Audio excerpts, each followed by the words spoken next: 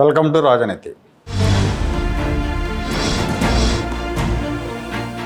తెలంగాణలో ముఖ్యమంత్రి రేవంత్ రెడ్డి గారి మీద కేటీఆర్ గారు, బీఆర్ఎస్ నాయకుడు కేటీఆర్ వివాదాస్పద వ్యాఖ్యలు చేశారు.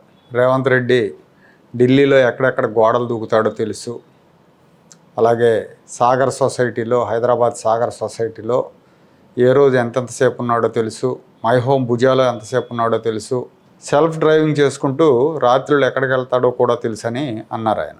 అంటే రేవంత్ రెడ్డి గతంలో తన మీద చేసిన వ్యాఖ్యలను దృష్టిలో పెట్టుకుని ఈయన ఈ వ్యాఖ్యలు చేశారు. గతంలో రేవంత్ రెడ్డి కేటీఆర్ గారిని ఆయనకి ఎవరెవరితో సంబంధాలు ఉన్నాయి ఏంటని ఇండైరెక్ట్గా మీడియా ముఖంగా చెప్పేవారు.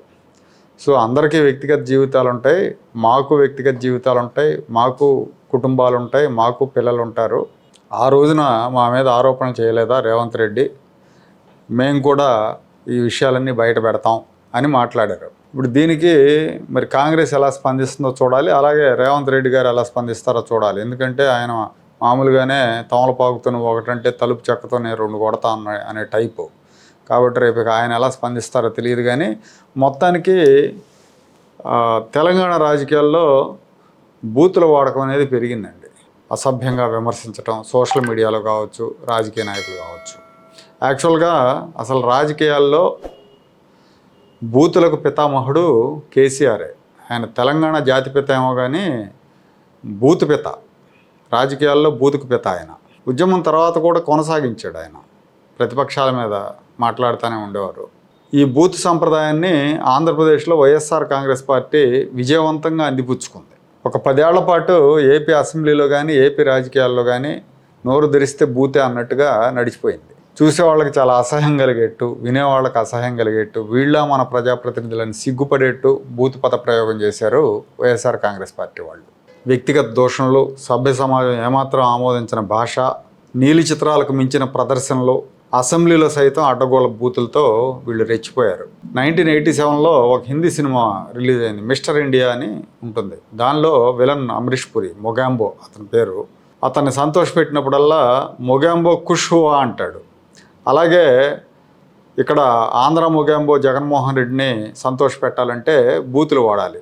అప్పుడు మొగాంబో ఖుష్ హువా అని ఇతను కూడా ఖుష్ అయ్యేదను. వాళ్ళకి పదవులు ఉన్న వాళ్ళకి పదోన్నతులు కూడా ఇస్తారు.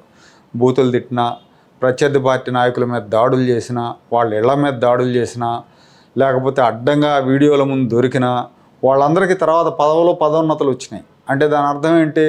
అధినాయకుడిదే వికృత మనస్తత్వం అని. పైగా సోషల్ మీడియాలో ఈ బూతులు తిట్టించేందుకు 100 కోట్లు ఖర్చు పెట్టారు. ఇదంతా సజ్జల రామకృష్ణారెడ్డి కొడుకు భార్గవరెడ్డి ఆధ్వర్యంలో జరిగిందని, సజ్జల రామకృష్ణారెడ్డి ఆధ్వర్యంలో జరిగిందని, తర్వాత అసలు సీఎం పేషి నుంచే స్క్రిప్ట్లు వచ్చావు మాకు అందుకని తిట్టామని ఇప్పుడు చెప్తా ఉన్నారు. కానీ దీనికోసం ఇది ఒక ఉద్యమంలా చేశారు. చంద్రబాబు నాయుడు గారి మీద, ఆయన కుటుంబం మీద, తెలుగుదేశం పార్టీ నాయకుల మీద, పవన్ కళ్యాణ్ గారి మీద, అందరి మీద బూతు పద ప్రయోగాలు చేశారు. అంటే ఆ రకంగా వీళ్ళని పలచన చేయాలని చూశారు. కానీ చివరికి వాళ్ళు పలచనైపోయారు ప్రజల దృష్టిలో. వీళ్ళు ఇంత ఎదవలా అని ప్రజలు అనుకునేట్టు చేసి చివరికి దారుణంగా ఓడిపోయారు. దీనివల్ల జరిగిన నష్టం ఏంటంటే, సరే వాళ్ళు ఓడిపోతే ఎవరికి నష్టం లేదు, లాభమే. ఆ రోజుల్లో ఆంధ్రప్రదేశ్ అసెంబ్లీ అన్నా, ఆంధ్రప్రదేశ్ రాజకీయాలన్నా దేశం అంతా కూడా చులకనగా మాట్లాడే పరిస్థితి వచ్చింది, చులకనగా చూసే పరిస్థితి వచ్చింది. 10 ఏళ్ల పాటు ఇంట బయట, అసెంబ్లీలో బయట తిట్ల పురాణమే. దీనికి అందరికీ మూలకారకుడు జగన్మోహన్ రెడ్డి. ఇప్పుడు జగన్మోహన్ రెడ్డి చిత్తుగా ఓడిపోయాడు, అసెంబ్లీకి రావట్లేదు, ఆ ఎమ్మెల్యేలు కూడా రావట్లేదు. సో అసెంబ్లీలో బూత్ పదమే వినిపించట్లా, పరుష వ్యాఖ్యలు లేవు, ప్రజా సమస్యలు ప్రస్తావించడం, వాటి మీద విస్తృతంగా చర్చ జరపడం చాలా ఆహ్లాదకరంగా అసెంబ్లీ జరుగుతూ ఉంది. అలాగే నిర్మాణాత్మక చర్చలు జరుగుతున్నాయి. ఒకప్పుడు అసెంబ్లీ సమావేశాలు ప్రత్యక్ష ప్రసారం టీవీలో వస్తే టీవీలు కట్టేసే పరిస్థితి ఉంది. కానీ ఇవాళ ఆ పరిస్థితి లేదు. ఇక బయట కూడా, అసెంబ్లీ బయట కూడా వైసీపీ నేతల హడావుడి, బూతుల హడావుడి తగ్గింది. బహుశా కేసులు పెడతారనే భయం కావచ్చు, లేదా ఇప్పుడు బూతులు తిట్టినా జగన్మోహన్ రెడ్డి కొత్తగా ఇచ్చే పదవులకు ఏం అవకాశం ఉండదనే భావన కావచ్చు. మొత్తానికి ఏపీలో హ్యాపీగా ఉంది రాజకీయం. కానీ అదే టైంలో తెలంగాణలో బూతుల వాడకం పెరిగిపోతుంది. తెలంగాణ రాజకీయాల్లో అధికార విపక్ష నేతలు అసభ్యంగా మాట్లాడుకుంటున్నారు. తెలంగాణ ముఖ్యమంత్రి, మాజీ ముఖ్యమంత్రి ఇద్దరు కూడా రెచ్చిపోతున్నారు. అలాగే కేటీఆర్ కూడా ఏమాత్రం తగ్గనంటున్నారు. వీళ్ళు చావుల దాకా వెళ్ళిపోయారు. మొన్న కేసీఆర్ చాలా రోజుల తర్వాత బయటకు వచ్చి రేవంత్ రెడ్డికి చిత్తశుద్ధి ఉంటే చచ్చేదాకా నిరాహార దీక్ష చేయాలి ఢిల్లీలో అన్నాడు. దాన్ని కాస్త సంస్కారవంతంగా చెప్పచ్చు. సమస్య పరిష్కారానికి ఆమరణ నిరాహార దీక్ష సిద్ధపడాలి ముఖ్యమంత్రి అంటే ఎవరు తప్పట్టరు. సచ్చేదాకా అంటే అది తప్పే. వెంటనే రేవంత్ రెడ్డి కౌంటర్ ఇచ్చారు, స్ట్రెచర్ నుంచి స్ట్రెచర్ మీదకి వెళ్ళాడు, స్ట్రెచర్ మీద నుంచి పోస్ట్ మార్టంకి వెళ్తాడని. అంటే ఇతను పోస్ట్ మార్టం అయ్యాక చచ్చిపోతాడు అన్నట్టు. కాకపోతే తర్వాత రేవంత్ రెడ్డి తన వ్యాఖ్యలను సమర్థించుకున్నాడు. నేను కేసీఆర్ని అనలేదు, బీఆర్ఎస్ పార్టీ పరిస్థితి, బీఆర్ఎస్ యొక్క పోస్ట్ మార్టం టేబుల్ ఎక్కాల్సిందే అనే అర్థంతో అన్నానని చెప్పారు. అలాగే సోషల్ మీడియాలో కూడా విపరీతంగా తిట్టిస్తున్నారు. బీఆర్ఎస్ పార్టీ వాళ్ళు రేవంత్ రెడ్డిని తిట్టిస్తున్నారు, ఆయన కుటుంబాన్ని కూడా తిట్టిస్తున్నారు. ఇలా తిట్టిస్తూ 2 జర్నలిస్టులు దొరికిపోయారు. ఇలా తిడుతూ వాళ్ళ మీద పోలీస్ కేసులు కూడా పెట్టారు. చాలా అసభ్యంగా తిట్టారు వాళ్ళు. ఆ వీడియో చూసిన వాళ్ళకి నిజంగా అసహ్యం వేస్తుంది, ఒక ముఖ్యమంత్రిని ఇట్లా తిడతారా అని. ఖచ్చితంగా చర్యలు తీసుకోవాల్సిందే. వాళ్ళు ఎవరైనా కావచ్చు, జర్నలిస్ట్ కావచ్చు, కాకపోవచ్చు, ఇంకెవరైనా కావచ్చు.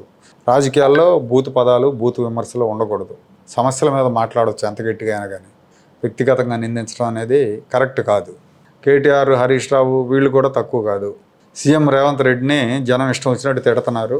ఆ తిట్లు వింటే ఇంకొకరు అయితే ఆత్మహత్య చేసుకొని చనిపోతారు, రేవంత్ రెడ్డి కాబట్టి ఇంకా తిరుగుతున్నాడు అన్నట్టుగా మాట్లాడుతున్నారు. ఇవన్నీ కూడా ప్రజల్లో ఒక రకమైన ఏహ్యభావాన్ని కలిగిస్తాయి. పక్కనున్న ఆంధ్రప్రదేశ్లో ఏం జరిగిందో అందరూ చూశారు. వైసీపీ ఆంబోతులు ఇష్టం వచ్చినట్టు రెచ్చిపోతే చివరికి వాళ్ళ కర్రు గాల్చి వాత పెట్టారు. కేసీఆర్ భాషలో చెప్తున్నా, కర్రు గాల్చి వాత పెట్టడం అని. సరే, మొన్న 2023 డిసెంబర్లో జగన్కి పెట్టినంత వాత కాకపోయినా కేసీఆర్కి కూడా ఒక రకమైన వాత పెట్టారు. ఇప్పుడు వాళ్ళు దాని నుంచి పాఠాలు నేర్చుకోకుండా ఇదే విధంగా బూతులతో రెచ్చిపోతూ ఉంటే, వాళ్ళకి ప్రతిగా మళ్ళీ కాంగ్రెస్ నాయకులు రేవంత్ రెడ్డి కూడా బూతులతో రెచ్చిపోతూ ఉంటే ప్రజలు 3వ చాయిస్ వైపు చూడాల్సి ఉంటుంది.